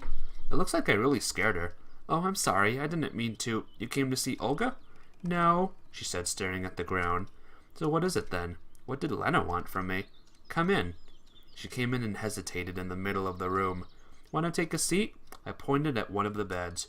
Lena hesitated a bit more, but nevertheless took a seat. Did something happen? Not at all. It's just... Oopsie. What's oopsie? She threw a quick glance at me, but blushed at once and looked away. Here. Lena took something out of her pocket and handed it to me. I was stunned. It was my phone. But where did you get it from? I found it in the forest. Okay, but why do you think it's mine? Some boy told me so. Have you seen him before? I don't know. I couldn't see his face, but he was dressed in a pioneer uniform. Everything was clear at once. And don't you wonder what it is? I looked at the screen. There was still some battery left. Therefore, the cell phone shouldn't just look like a piece of plastic to Lena. I don't know. Some kind of game. Yeah, you're right. I quickly opened Snake in the menu and handed the phone to her. Here you go, a keepsake. Oh, what are you doing? I can't. Lena waved her hands at me. Take it, I have loads of these at home. She resisted bit more, but finally she took the device. And what do I do with it? Press the keys to move left and right. You got to eat these pellets and keep from hitting your own tail. Wow, it's so interesting. She smiled. Thank you. And yet I have nothing for you. It's so embarrassing. I don't need anything, thanks. No, that's not good, she said with a voice that sounded more confident than usual. It's the last day today, after all. Yeah. Hope we'll meet again. I think we will. Then I have a present for you. And what is it? Close your eyes. I did so, and promise that you won't open them until I tell you. Or maybe it's smooch. Stab. No, you have to promise. All right, I promise. In a moment, I felt a light kiss on my cheek. Oh, what a surprise. I was really eager to open my eyes, but I promised. Open. The room was empty. What a girl. The only thing I managed to say. So how does it feel, stud? I heard malicious laughter from the place where Lena had just been sitting. So that's your new way of pranking me, eh? Using the others? Me? Pranking? God forbid. Indeed, you got a kiss from a sweet girl thanks to me. On the cheek, but anyway. I really wanted to beat him up at that moment, but I wasn't even sure that he's a physical being here. I presume that this prank wasn't your last one? I said, calmer. Who knows? Who knows? Isn't it fun? The pioneer laughed hard. Perhaps Professor Moriarty laughed like that, anticipating the success of his diabolical plan. You're certainly having fun, but I'm not. Relax, dude. There's almost nothing left. And here you go, your second lap. After you do a dozen, then you'll earn a pit stop. Although you probably won't need me then. You'll figure out everything yourself. It's not like I need you right now either. Oh, what ingratitude. Just cut it out. If you'd ever. Just shut up already. No understanding. Shut your damn mouth! I screamed so loud that the walls trembled. The front door suddenly burst open and Alyssa came in. Is it just me, or has someone gone completely nuts? She asked with fright. Well, you could say so, I answered angrily. Why are you yelling? 'Cause I want to. I've already realized that the accidental arrival of Alyssa was either planned by this pioneer or would be commented on by him in a manner that I'd sooner drive a pair of nails into my ears than have to hear. Have you gone psycho or something? Alyssa reclined on a bed and laid in a laid-back manner. To what do I owe the honor? I came here just for the sake of it, and you're just here screaming. You aren't doing anything just for the sake of it. I've got nothing to do. I've packed my stuff. It's boring. Well, well, if you think that I came to you because... She threw an angry glance at me and turned away. I really shouldn't have come after that. After what? I haven't said a word. Of course, you thought it instead. Oh, so you can read minds now. There's no need to read your mind. It's written all over your face. It was hardly possible to read anything on my face besides fatigue and hunger. And what have you read there? That's none of your business. Well, it's not like I'm holding you here. Forget it. I'll go wherever I please. Don't boss me around. Grab pizza? Sounds fun. Go ahead. Good luck. Get good ones. Okay, stay here then, for God's sake. Anyway, I liked Alyssa's company was much more than the pioneers. What? These sentences are a little strange, guys. I lay back and closed my eyes. It took Alyssa a few minutes to break the silence. You really don't want to tell me anything? For example, today's the last day after all. So you're happy? Well, she babbled uncertainly. Everyone's leaving. Good riddance. And that's all? You need something else. Didn't you like it here? Her voice sounded unusual. They better not have pineapple on. Oh, dear. I've seen better places. Damn, you're so dumb that speaking to you is a complete waste of time. She got up and headed to the exit. Yep, good luck to you too. Alyssa turned to me. Her face was writhing in anger. Look at that smile on her. Couldn't you at least Couldn't you at least have said that you'll miss me? Sure I will. Wimp. Wimp. Pen? What? What? I don't know what you mean. Sorry. She slammed the door loudly. Stupid. Alyssa didn't hear my last line, of course. What a wayward chick, huh? As good as you are. And you in that case. Of course, keep comparing me to yourself, I remarked mischievously. Pineapple is for intellectuals. Pineapple alone is pretty good, though, I gotta admit. But what's the difference? We're in the same situation. I've just been here a little longer. Well, in fact, a lot longer. And you've already gone completely nuts. No wonder. His hoarse laughter was really pissing me off. Listen, have I already told you that you should be an actor? You do a brilliant Hannibal Lecter. Especially since you consider yourself a psychiatrist.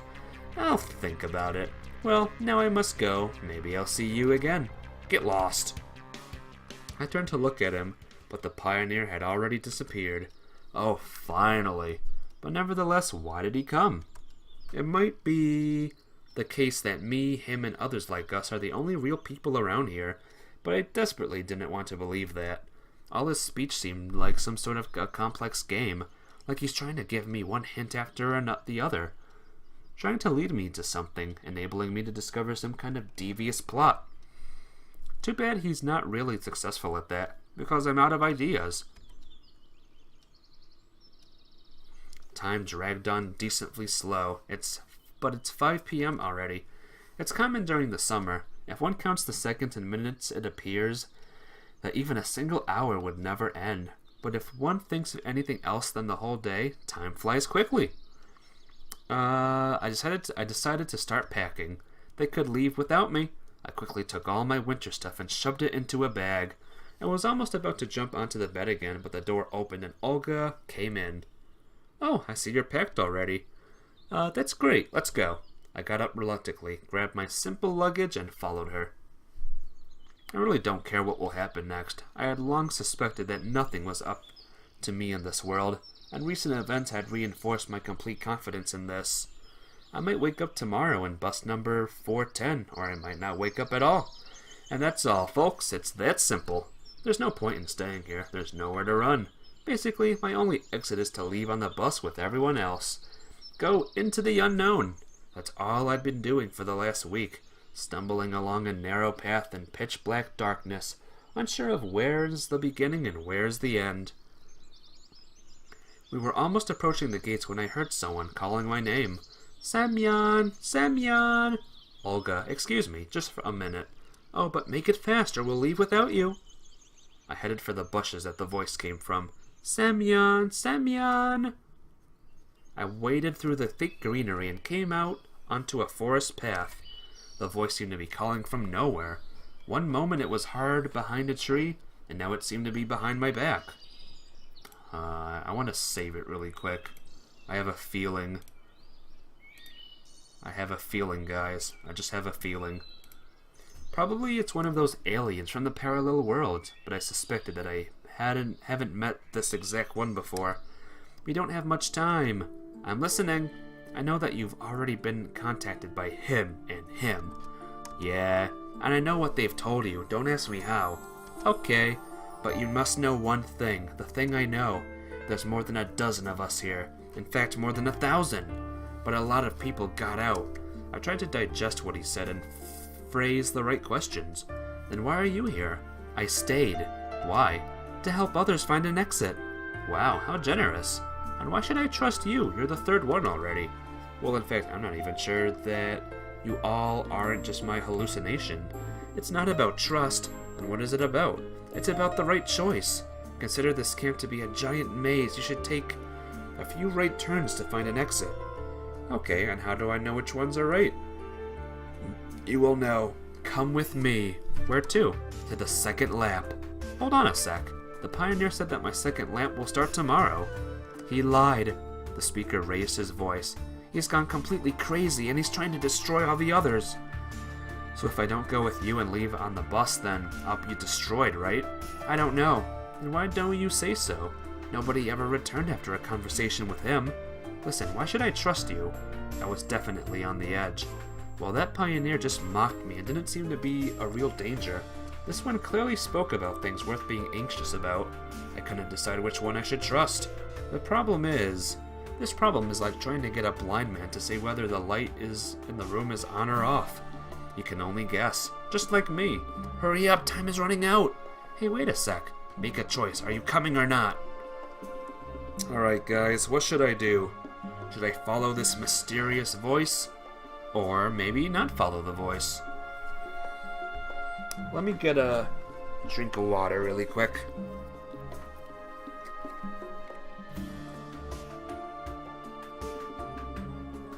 Don't follow. P. Makaru is scared. This is a textbook horror movie, don't do it. Well, I have a feeling that this person's gonna screw me over somehow. I think I was gonna do not follow the voice anyway. So I'm going to do... Bada boom! I'll be doing both choices anyway. So, yeah, don't worry about it. No, you know what? I just can't believe you in only a couple of minutes. At least I've known that the other guy for a little longer, and his arguments seem to be more weighty. Guys, I chose the wrong choice. I'm not speaking in English anymore. My words are jumbled. You'll be sorry. Those words sounded like they were coming from another world. The voice seemed to disappear. Of course, I couldn't be sure whether my choice is right or wrong. It was a blind guess and forced by a time limit. Nevertheless, whether I'm right or not, we'll find out soon. You are now dead. Yay! In a couple of minutes, I was standing at the bus stop with all the other pioneers. Aw, look at everyone. Isn't that nice? Everybody's here? Began Olga. You're leaving our camp today, and I'd like to tell you something in parting. He's just drunk? Aw, man. How'd he get drunk that fast? That was like record timing to get drunk. She was visibly nervous and desperately lost for words. I hope that you'll remember the time you've spent here for a lifetime, and that you'll retain only pleasant memories about Savagnac. I also hope that you became a little bit better, managed to learn something and found new friends. Your first ending was Semyon's bad one. I hope it's not this one. Just come back next year. The camp leader looked away, like she was trying to keep the tears inside. I didn't expect her to get so emotional. Yours was the bad one too? Oh no. Oh, I hope I did the right choice.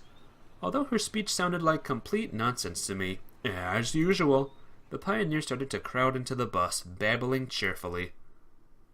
I decided to hold on a little and say a proper goodbye to this camp. All of a sudden, I felt a deep urge to throw a coin. Of course, there's no fountain here, and honestly, I didn't feel like returning, but it's still just a superstition that I don't believe in them.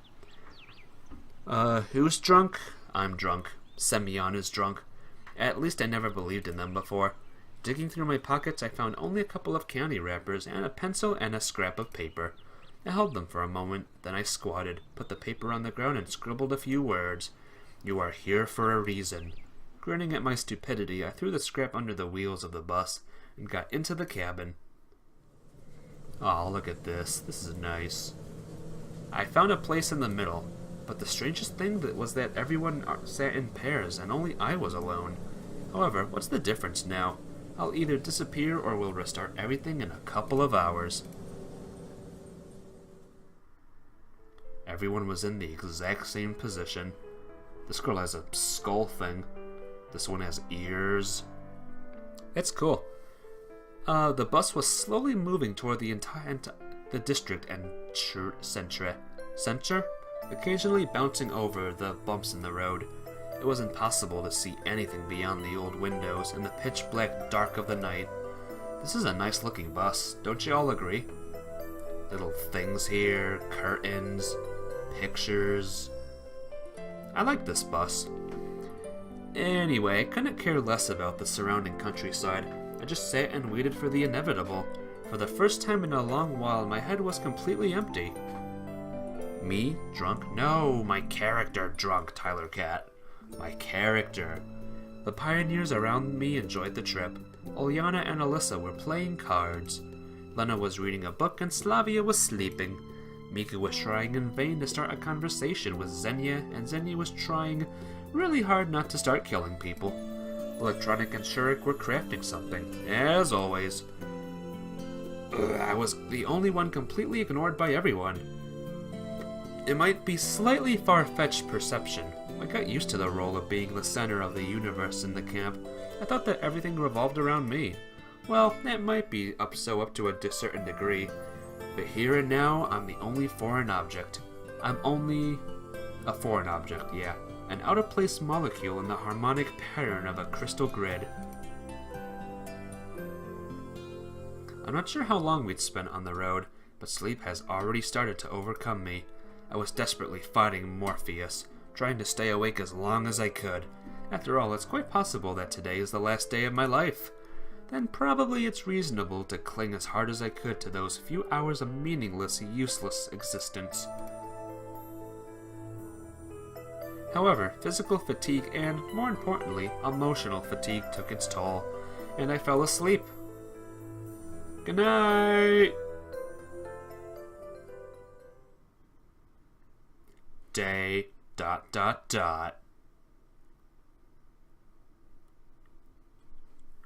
Doki Doki Literature Club theme started to play. And now we are in that game. A sharp pain throbbed through my entire body. I felt it especially sharp in my temples. It feels like they're ready to shatter into 1,000 little pieces, giving the wind free access to my empty head. Probably I would not have been able to stand even 5 minutes of such torture if I hadn't opened my eyes in time. I was somewhere. It was impossible to tell precisely where. My mind was clouded in mist. My thoughts were confused. The moment between the unconscious and conscious states where you vividly remember your dreams. Blah! I was going somewhere by bus and was about to doze off when, suddenly, a girl came up to me to speak quickly. I couldn't understand a word, but the girl looked very upset. Every day you imagine a future where I can be with you. Oh, this music. That was very nice, Pia Mikaru. I failed to understand what she needed from me. Time passed and she kept talking on and on. It was getting really annoying. I wanted to ask her to cut it out, at least calm down a bit, but I failed. Either because I didn't manage to say anything, or because my words didn't reach her. I couldn't even see her face. I was simply listening, staring and listening. Perhaps it wasn't important for me then. Surely you would not try to remember what a mosquito disturbing your sleep looks like.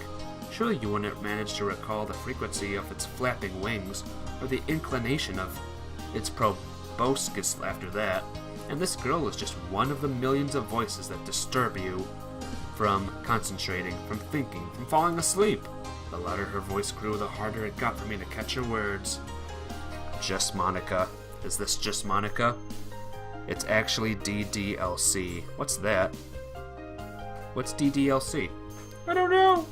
Along with her. And then I felt unique sense of relief. It didn't matter how real the bus and the girl had been. It was nothing but a bug to me. And here I am, hanging in total emptiness and falling inside a dream. Wow, dreams can be really something. Not quite a nightmare, yet definitely not a pleasant sign. Doki Doki. Right, don't use acronyms around Ultima.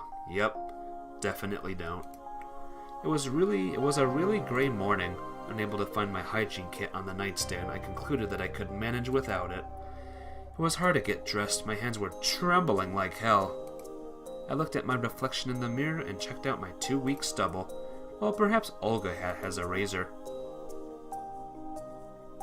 It was only when I went outside that I suddenly understood that I'm not in a pioneer camp.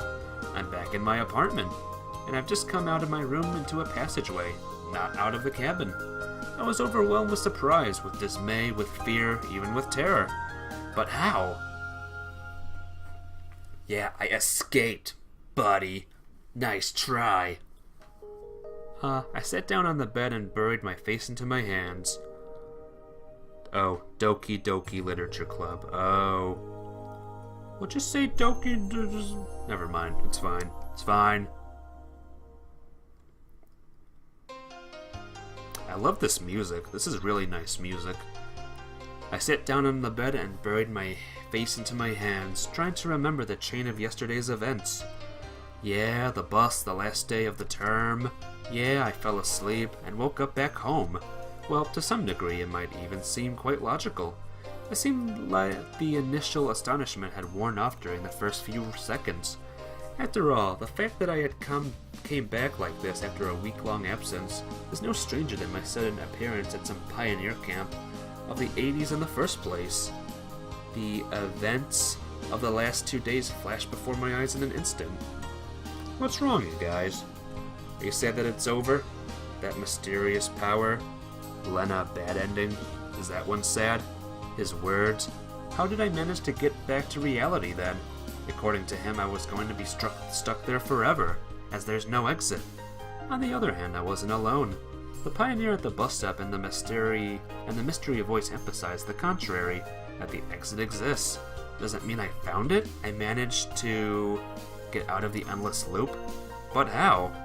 Dusty! How are you doing? Welcome to the stream, how are you? How's life, my friend? How you doing? Host. Thank you for the host. Spooky, spooky host.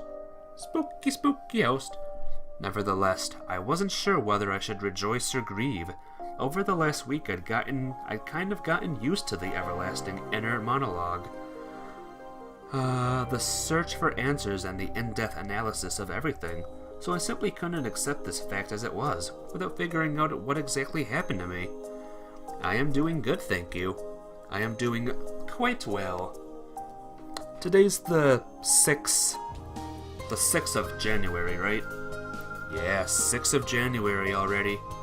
Sure, he told me that I'm the only one who has observed the existence of other guys like me during their very first loop, but does that mean anything? Anyway, all his theories and ideas instantly collapse like a house of cards. Now I have to decide how I should react. Of course I should rejoice. After all, I'm back to the real world. Maybe the last 7 days were just a dream. Indeed, there's absolutely no evidence that I really was there. I don't see my pioneer uniform anywhere. I look my age just like I did before. My phone is on the table, fully recharged. But one can't deceive one's own memory. One can't live through such a terrifically real experiences in a dream. I still remember the events of the whole week in great detail. Perhaps I was in a coma all this time. An ironic laugh escaped my lips. Nah, that's not an option either. Then all's well that ends well, right? That last few hours of the camp flashed through my mind. Indeed, I wasn't hoping to get out, either from that camp or from that reality, and I was pretty much ready to another week, and another one. I'd accepted my role, I reconciled with my destiny, and what was I supposed to do after all the stuff that happened? I heaved a doomed sigh, got up from my bed with a considerable effort, and went to my computer. That's weird, but according to it, only 14 hours have passed since my disappearance from this world, not a whole week. So confusing, guys. A new message in the instant messenger. Hi, Semyon. Yesterday it was legendary. See you later. My college friend, it was him who invited me to that party with the rest of his college friends that I was going to attend. Suddenly, all my senses came back to me. The headache, the dizziness, all the symptoms of a hangover. It looked like I indeed attended that party yesterday, and I was partying hard, so there was no pioneer camp?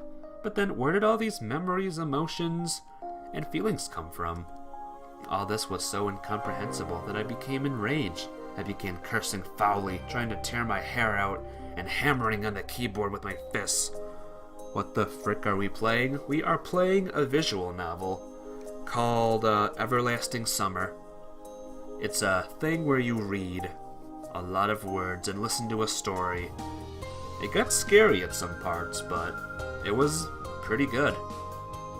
I didn't return to a normal state until there were no keys left on it. Why should I care so much? Nobody worries when a dream or a hallucination ends. Moreover, people are usually glad it happens. Everlasting Summer. Yep. Reading, Pia Mikaru says. Was I really that prepared to stay here that my return to reality became so undesirable for me? And then a simple and obvious thought crossed my mind. Perhaps I'm just going insane. Indeed, madmen frequently have visions which they perceive as reality. Besides, I had all the symptoms of insanity. I never leave the four walls of my prison. I never socialize. You actually like these kinds of games? Yeah, me too. I've only played 2 before this one, and they were pretty fun. This is my 3rd one. I have a lot of psychological problems. Well, that explains a lot. My dark, nervous laughter echoed in the room. Guess it's the right time for me to visit a therapist, or rather a psychiatrist. Or should I just surrender myself at the asylum? Semyon, a horse, hath my kingdom for a horse. I cried at the top of my lungs. Oh, a horse, hath my kingdom for a horse. I cried at the top of my lungs between bouts of my manic laughter. Dispute not with her, she is a lunatic. The racket my neighbors made on the wall calmed me down somehow. If I'm tripping that bad, it looks like only a lobotomy could help me. Got that, guys? I just sat completely freaked out for several hours, doing nothing, thinking nothing, just staring at the monitor, long since gone into sleep mode. Finally, I moved the mouse and opened a few tabs in the browser. So, what's new? F5, F5, as if the events of the past week had never happened. Come on, do you have to grieve for a hallucination? Was it real? Sure, lots of memories. Sure, looks true enough. By all means, yes. Any proof? Nope. Thank you for the 2 bits. You awesome person. Psychological problems, your favorite. Of course. Did you download the hentai patch? Nope. No. I wanna stream. I wanna keep streaming for a long time. And if I download the hentai patch, I'll be banned. I will be banded. The verdict is clear, as is my future course. I have long suspected that my current lifestyle wasn't doing me any good. I wasn't ready for such an unusual event, but so what? I have to be more prepared for my next trip. Good, you say? Night, an endless stream of threads and images, took my mind off the lamentations and considerations. An instant message window popped up most unexpectedly. Hi, how are you doing? Sure, quite an original way to start a conversation. I don't know what that is, but some people at Twitch and they say you can stream the hentai patch without being banned. Well, good for them. I hope they have a fun time, a great time with the hentai patch. Meanwhile, if hentai patch was a physical being here, it would be Sir not appearing in this stream. Doing fine. The contact's profile was completely empty, not even a nickname, just a 9-digit number. You can't guess what kind of person is on the other end just by looking at a number, can you? Sure, someday it will be all different. Unified digital identifiers instead of names. A couple of symbols for a biography, several bytes of personality, 3.5 bits of feelings. Dusty just sent me 2 bits, so what does that mean? What feelings have Dusty sent me? Get home safely?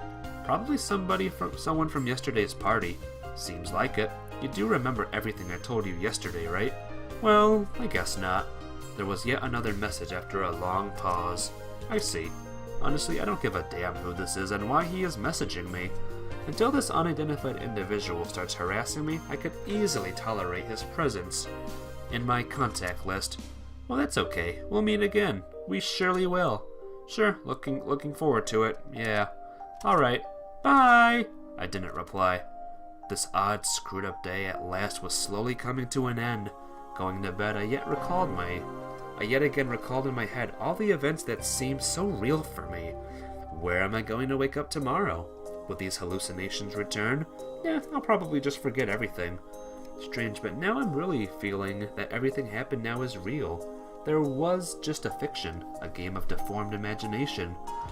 Or really something fantastical, and here is reality. Sometimes inconvenient, sometimes it unfolds differently from how you'd wish. Surprises you like this, but it's still reality. I fell asleep with these thoughts. Good night. Hi, Selene. Good morning. Bit by bit, my life resumed its normal course, and I started to forget the events of that week. After all, nothing bad happened, even if it was indeed real. Who cares?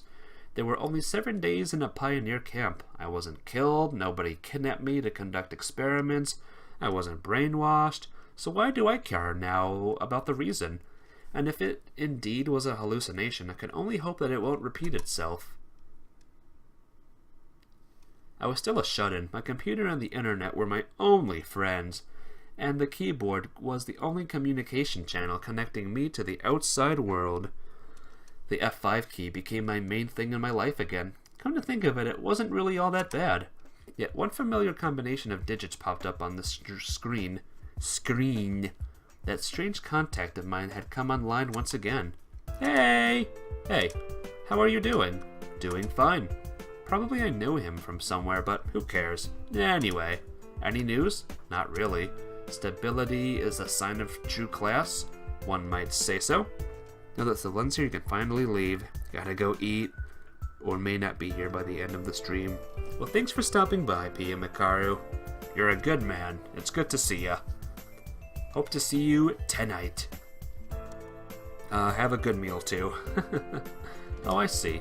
Conversation was over for me, but he didn't seem to feel like that. So nothing has changed? Nope. Should it have? Well, it's not like you experience stuff like that on a day-to-day basis. Not everybody gets to experience it either. You're eating Brussels sprouts. Ooh, how do you like them? I'm not a Brussels sprout person. What are you talking about? Don't you get it? I was starting to. I prefer you explain. Don't you remember the camp? It feels like an electric shock. All the events of that week immediately sprang up in my mind. My hands started to tremble. A cold sweat burst from my forehead. I turned around in horror, already imagining that I'd seen aliens, ghosts, or the Grim Reaper. But there was nobody in my room except me. As always, I ran to the corridor, checking in the kitchen and in the bathroom. Still nobody. Will you stream after this ending? Maybe. I'll think about it. Probably. Maybe. I don't know. This ending has kind of gotten a little longer than I thought it was. At last I returned to the computer. The exact same message window was still flashing steadily, as if it was a perfect ordinary message. Who are you? My hands were trembling so much that I could hardly hit the right keys. Oh, so you do remember it. My hallucination seemed to be continuing. Did I never leave the camp in the first place? Or is it just a dream after all? Or I don't know what to say. I admitted sincerely. Anyhow, I felt that this entity, that's the only definition that I could think of, doesn't need any kind of internet to communicate with me. Well, you can't just keep silent. Everything's perfectly clear. Laughing face. That smiley at the end of the line looked like the devil himself, stretching his deformed jaws open to devour me. What is happening to me? I finally made up my mind to ask that question. Nothing at all. You're just living your regular life.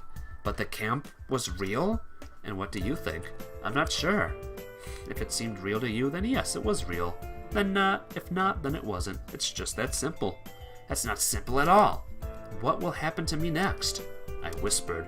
Nothing to worry about. It seems that it really hurt me without the use of the internet. Terror chained my whole body. I closed my eyes and curled myself into a ball. Why are you doing this to me? I started to lose it. Words were coming out of my mouth by themselves. Illogical, meaningless set of words. Why me? What for? Leave me alone, I haven't done anything bad. Several minutes after I found the courage to open one eye and take a look at the monitor. You are the reason for everything. The message window was flickering coldly. And what's next? Oh, you'll see that soon enough. Happy face! Everything was starting to fade to black. Noise filled my ears. I started to feel dizzy. You shall change the name of the stream? Yeah, I will. Don't worry. I felt that very soul was escaping its physical shell. The events of the last few days became hazy, as if they'd all happened to someone other than me. Then the memories of the camp started to vanish, as if somebody was using an eraser to thoroughly rub out words written with a pencil. Moments later, I felt and sensed nothing, as though I was plunged into a state of cosmic bliss. If anyone saw me at that moment, they would notice that I was smiling.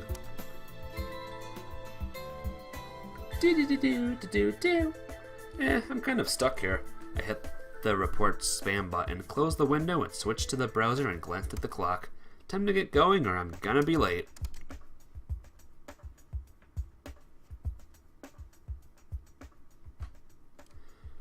Whew. Achievement unlocked. Forever alone. Yep. Achievement unlocked. Semyon good end. Every story has its beginning and its end. Every story has its own outline, synopsis, contents, key points, a prologue, and an epilogue.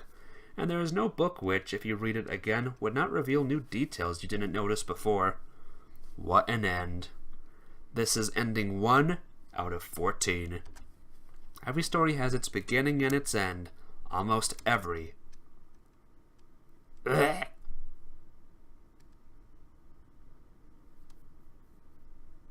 Well, credits. There we go. Oh boy, what a journey we have, huh? Soviet Games team. Ichan Irog team wants to thank you for playing this game.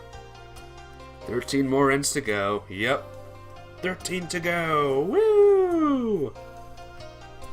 But good news, guys.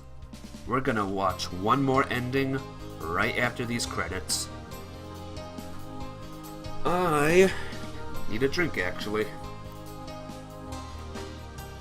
If you're lucky to have good Seaman's good ending, I am lucky, huh?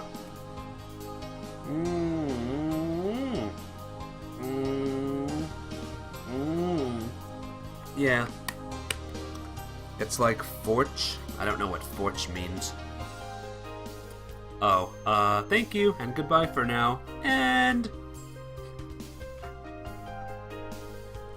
Hey,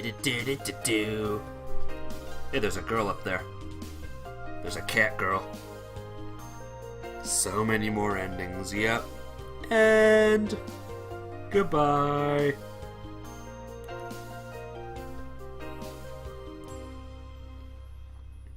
Hopefully all these endings, like, save. Like, if I get a bad ending, it saves over the good ending. I hope not. 4chan, don't... If you can, try not to post images from 4chan here. It's not my kind of thing. I don't like the nudie anime stuff. I'm good. I am positively good. And now... let's follow the voice. Okay, let's go. Anyway, he sounded more credible than the crazy pioneer. Of course the solution could be fatal, but the alternative isn't any better. I just took a shot in the dark. Okay, so where are we going? We are already there. My eyesight started to fade and I felt my consciousness leaving me. I did it, guys. I chose the right one. Oh! A thing appeared. Semyon bad ending. Yay!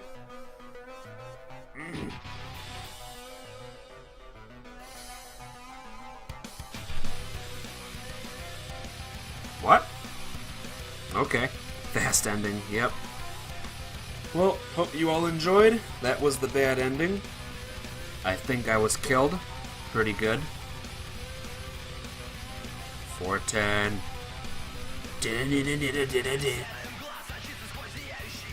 You clicked on the link, it wasn't a pic. Okay. Still though, read the rules in the chat room. It should be, you should ask me before posting a link. That's like the #1. It's a wiki. I gotcha. Thank you, and goodbye for now. You lose. Goodbye. Loser. Like, wow. This game's rude. Listen to this music.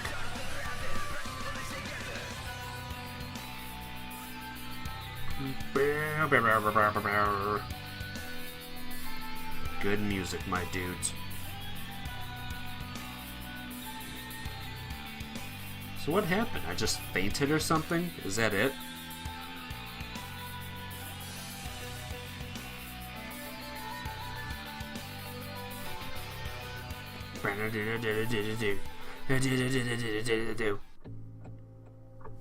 Yep, that's all we got.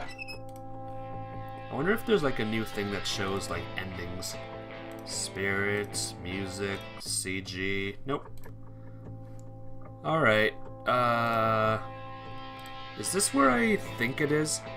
You didn't get on the bus, so that's it. I just don't get on the bus.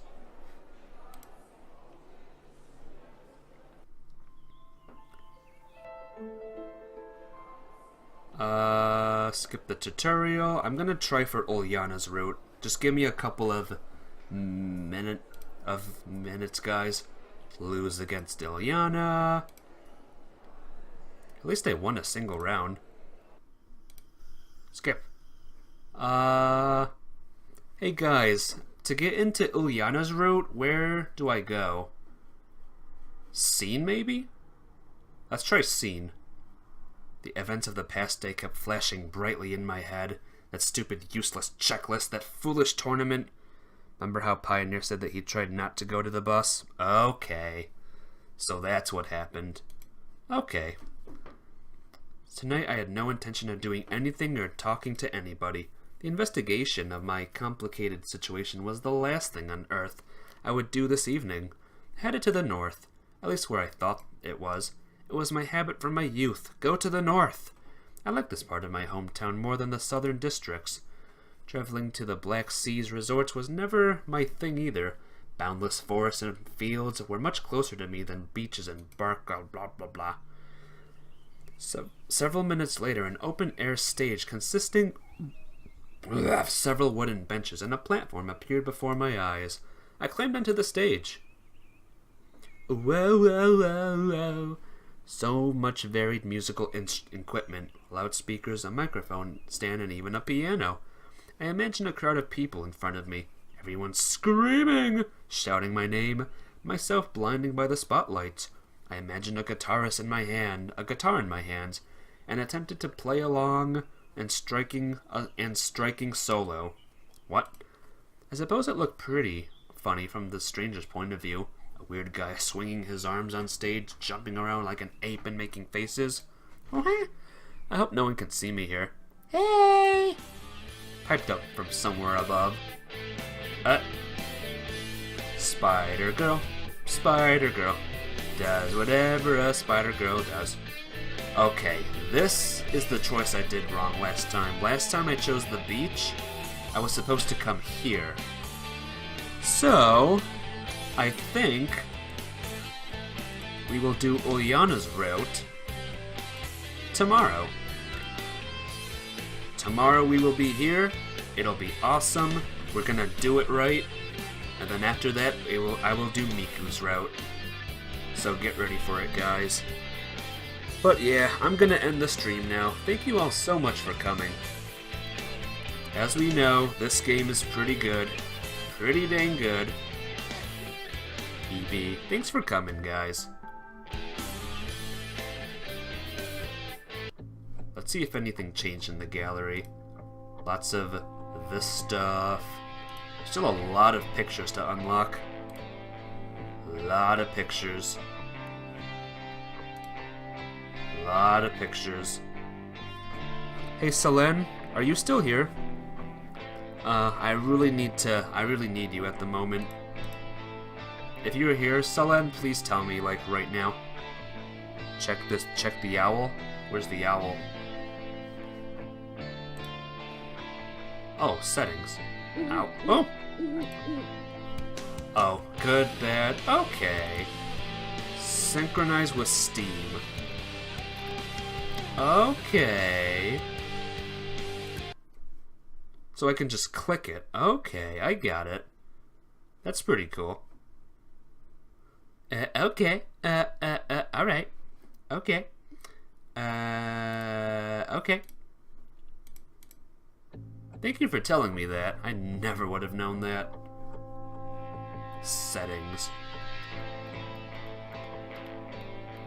Show game achievements, mods, and user scenarios. I'm okay. No, it doesn't look like Selene is here. That's kind of unfortunate. Anyway, I am going to peace out. I will be back tonight with Final Fantasy Maxima. We're gonna have a fun time with that game. So yeah, I will see you all later. Bye-bye!